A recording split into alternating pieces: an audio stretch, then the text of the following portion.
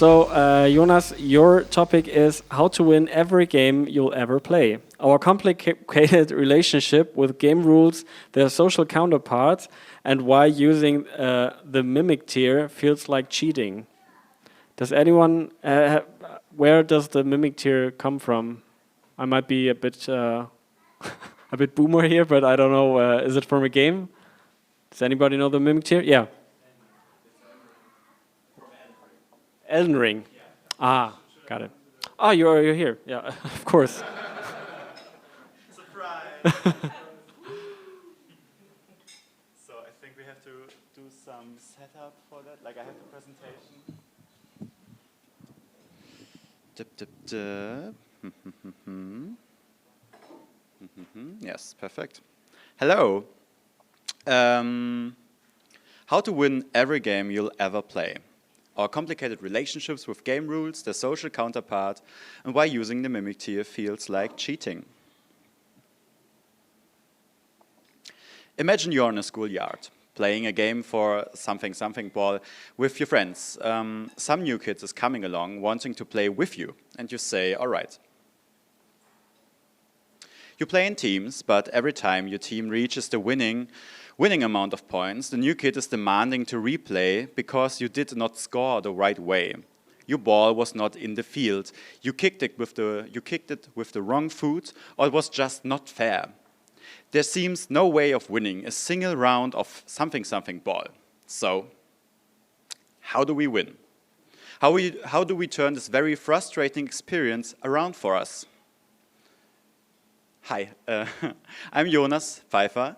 I'm currently working at TinyRaw as a general game dev and mostly 3D artist. I worked on games like Into the Emberlands, which you see on the bottom left, and also in my private time on my own game called Hard Drive, which you can actually play here at Play. And I always loved the social context around games, how we talk about them and how do we talk to each other about them. Because game is not equal game for every person. You are playing it wrong is maybe something you have heard as a child as well. For example, barely having the ability to read. One of my very first video games was Pokemon Yellow Edition. A special thing about this game is that you get a very cute Pikachu at the start.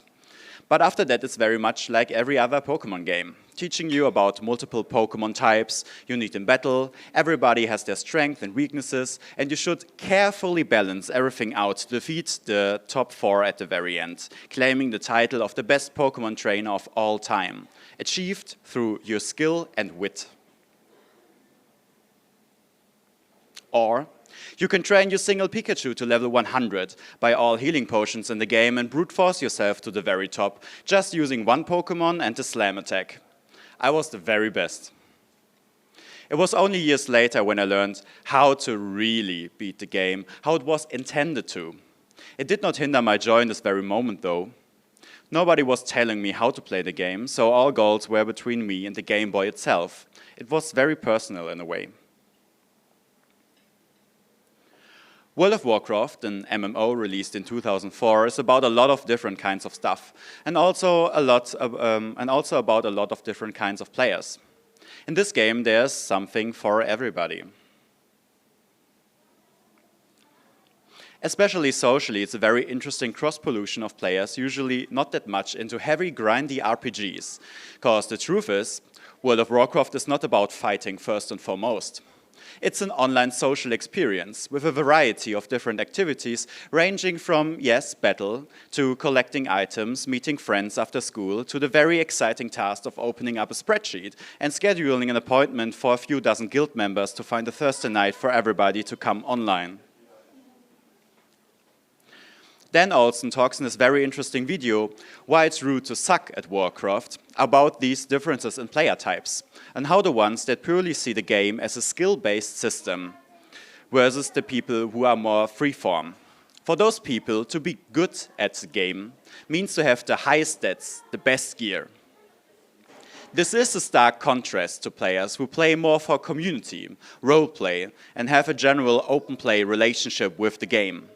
A contrast between goal-oriented play and open play. While the first is about achieving a defined goal, the second one is about experiencing and experimenting in a system, learning it and defining rules on the fly. It is rude to suck at Warcraft, aka not to engage with the systems on a literal maximalist level. But this is only one possible way of playing World of Warcraft. Warcraft does not impose on how you spend time in it. There is a monthly charge for using it, and it wants you to keep using it. But you are totally free on how you are using it. You can talk to friends online, walk around in circles for hours, writing in-game letters to other players telling of your adventures, which I did, or put on nice outfits and sing songs in the center of the marketplace. Free will is a magic thing. But in the end, a lot of what it means to be good at the game is driven by the community. Those other things are silly. They are not the game. In the hype of an exciting new pandemic in 2020, there was a rise of players experiencing the Animal Crossing series for the very first time. As a live sim with a real-time clock, Animal Crossing cannot be won. There is no winning state. You live your days in your village, collect insects, talk to villagers, and slowly expand your house. There's no real end to the game. A quiet truth is that it's one of those games you just one day stop playing. You had enough. But we as humans love to be good at things, win things, especially if we put a lot of time into it. So we are looking for frameworks to let us win games. Animal Crossing has a long history with custom designs you can put in your city, on clothes, on the ground. But with Animal Crossing New Horizons and its fame, social media posts about the islands people create and customize went viral a lot. People were showing off how to utilize the game systems for customization in ways you, as a person at home, maybe did not think about. This also established different kinds of slang language, titling island customizations which are only using the in-game possibilities as norm core, and other designs which use downloaded custom design patterns from the internet were more deemed as more special, the better way. It's kind of the same story with a lot of social media. Your own island seems pale in comparison to the island you see online, and you now have less fun. Congrats. The community, or a part of the community, was using social media likes and fame as a self-defined goal of the game, and this can imprint the impression on you at home that you failed with your island. And to remind you again that Animal Crossing on its own doesn't care the heck how you spend time in it. There's no time pressure, it's single player, and you can do whatever you want. This is a great example on how the programmed-in goals of the game influence, but do not determine how you as a player perceive a win or lose in the end.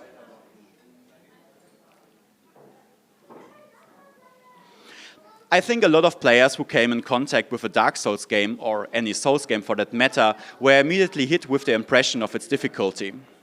Souls games are hard, that is their core, and players who beat any Souls genre game pride themselves with overcoming a great struggle. The thing is, you can get pretty creative in those games and overcoming challenges in multiple ways. Of course, you can attack a boss over and over again, dying and dying, learning their attack patterns, getting to know their dance, and finally beating them without ever touching your healing flask like a true master of the sword. Or, if you just aim just right, you can hit the boss from the outside of the area with enough bombs to kill them without ever dipping a toe into their safe space. This does take some time, and you probably don't get the same adrenaline rush out of it when you would have defeated them after 60 or so tries in battle, but it certainly is creative. And you did beat them. That is that. There's no distinction on the game side of this victory. But did you though? I mean, you did beat them, but did you really beat them? Is this a victory? For the Souls community, there's only one true way to really beat the game, and that is with a lot of tears and get good. While getting good could be interpreted in a variety of ways, they mean you have to face a boss head-on over and over again until you did it. Everything else is cheesing the game. Using magic, push the boss from a cliff, circumvent them entirely, not legitimate, despite the game giving you all these possibilities. Dan Olsen also pointed out here that while it's rude to be bad of World of Warcraft, it's rude to be too good in a Souls game. Context does matter. And while the Souls stigma is trying to reform itself, especially with new entries like Elden Ring, the toxic community of Souls did create an environment where they took a deliberately very free game and said one playstyle is the right one, and forced through peer pressure and memes.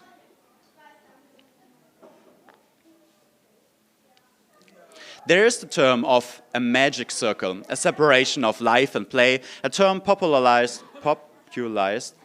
for games by Eric Zimmerman and Frank Luntz in 1999. This theory is basically about how we create a virtual space to play in and how a magic circle separates it from everyday life.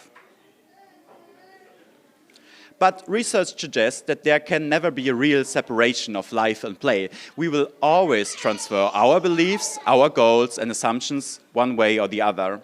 And the rules of the game are maybe never not untouched from the rules of the world we live in. As such, it is very possible,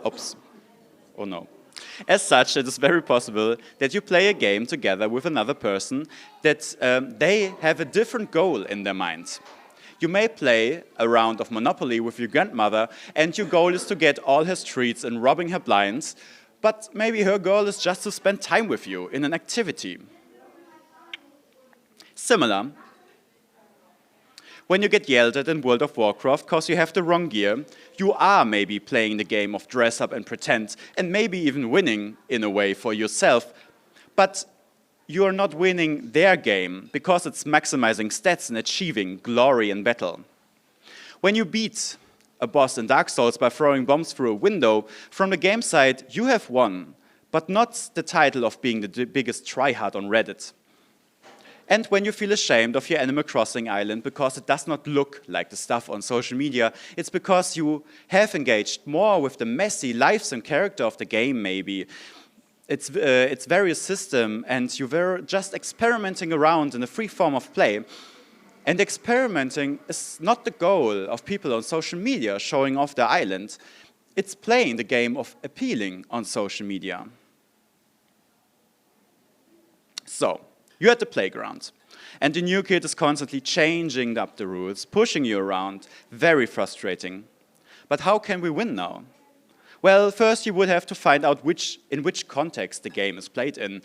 In this scenario, it is in a familiar place, while it's for the one new kid, of course, new. So what are the goals? For you and your friends, there is sportsmanship and kind of a bit of rivalry, but like on the fun side.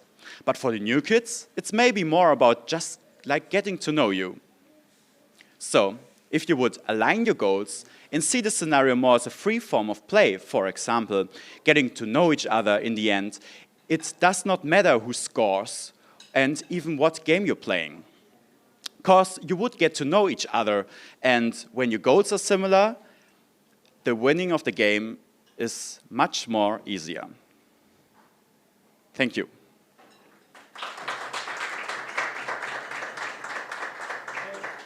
Shameless personal plug. Okay, Jonas, thank you very much. That was very interesting. I think we might have a couple of questions here, maybe. Sure. Does anyone have some questions for Jonas regarding winning or cheating yourself to be the winner? I have a question. Oh. So, do you know Mario Kart Wii? Yes. Yes. Yeah. So there's one item in Mario Kart. I think you all know Mario Kart, right? But there's in the Wii version, there's a, it's not just the blue shell you can have like this bullet bill And if you get this item, you just go straight as an arrow. You don't even have to steer or anything with the card. It just goes by themselves. Anything that's in the way gets pushed aside. So how do you feel, or how do you think the community feels about that that's item? a very personal example. There's a very funny tweet or something where somebody is the tweet is about like I would love to play a round of Mario Kart if all my teammates wouldn't like begin in very unsportsmanship behavior. And it's kind of, I think, the same discussion with like items in Smash Bros, where like the game is about chaos and it gives you all like crazy items. And for like a lot of people, it's like you're not really playing the game if you're using the items. If you're like using, for example, the bullet bill, and you don't even like maybe have a choice like in using the bullet bill because it's the item you get. So yeah, this is a very interesting example of how I think like more professional players would like disable items like this or something like this. Yeah. And I guess for myself, I'm a sucker for cheating as well, or using some game mechanics just to cheat my way into winning something. Not if it's competitive, of course, but if it's single player. Sometimes I feel the games are so unfair by design, or there's a game-breaking glitch or something. So yeah, but it's a very interesting topic. Yeah. So what do you think the community would say about that? If the game is broken in some parts and you glitch yourself into winning it? I mean, like in an example of Mario Kart, like the goal of the game is very clearly that it wants to have like, that everybody has a great time. That you put like, you get a controller and like, you are very good at racing, you don't need items. Because like, you're very good at racing. And like the people at the very end can get like this kind of cheat. But in the end, it's, I think, like, when you now want to compare yourself to another player, I think it's, you have to decide on that you're both not using like this item, or if you want to like play in the whole system, like accepting that the bullet bill, like it could even be a tactic to like fall behind and get the item in a way. Like this is, you could play the game this way. But I don't think like a lot of people I think it's very interesting in speedruns. I know if they do a speedrun of a game, sometimes they create some certain rules. You're not allowed to take this item because then you're cheating yourself somewhere. So it's very funny that they sort of make their own rules. They have the game, and then there are some other rules they use as well. Yeah, I think especially speedrunners it's a very interesting community with like a lot of rules, like how do you speedrun a game, how many glitches you can use, what is exactly a glitch, what is a bug. Like it's getting very muddy out there, I think, with definitions like that, yeah. Okay, great. Well, thank you very much, Jonas. Thank you. We'll be right back after a short break.